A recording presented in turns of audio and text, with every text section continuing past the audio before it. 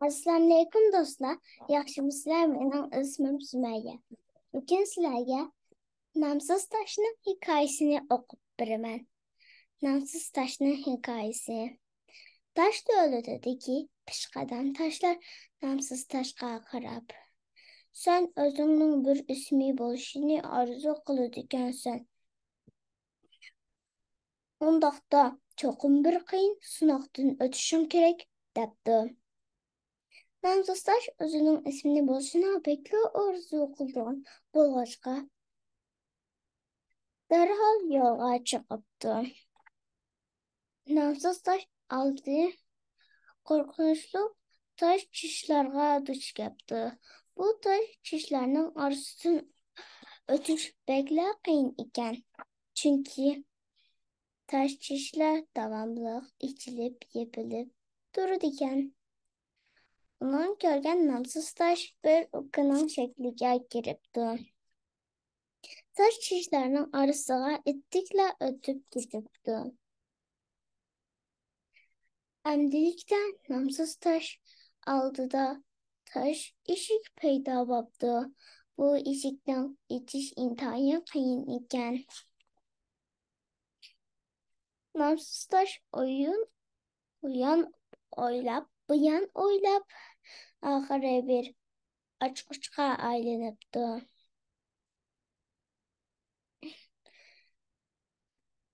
De eşikni asanla içivelipti. Namsız Taş işin ne eşikni içip girişiyle taşıydıgan Kıyazavırga uçrap kaptı. Şu haman onun esiga Kıyazavır hakkında öğrengenleri kaptı. Namsız taş bir taş canavarga aylanıptı.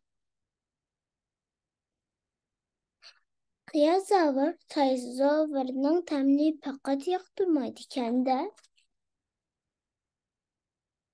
Namsız taş Kıyazavırdan kurtulgandan keyin yakalayıp kalan bir tamga uçraptım. Bu tamның taşları Namsız Taşqa "Nereye dur?"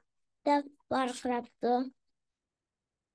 Namsız Taş "Nereye durmasdın?" Tamni tirep duruptu. Şunun bilen özüne ezilip ketiştin saklanıpla kalmasın. Yana dahi tamni yakılıp ketişti saklap kaptı. Barlık kayınçlardan yengen Namsız Taş aytıdan pişqadam taşlarını aldığa kaptı. Pişqadam taşlar.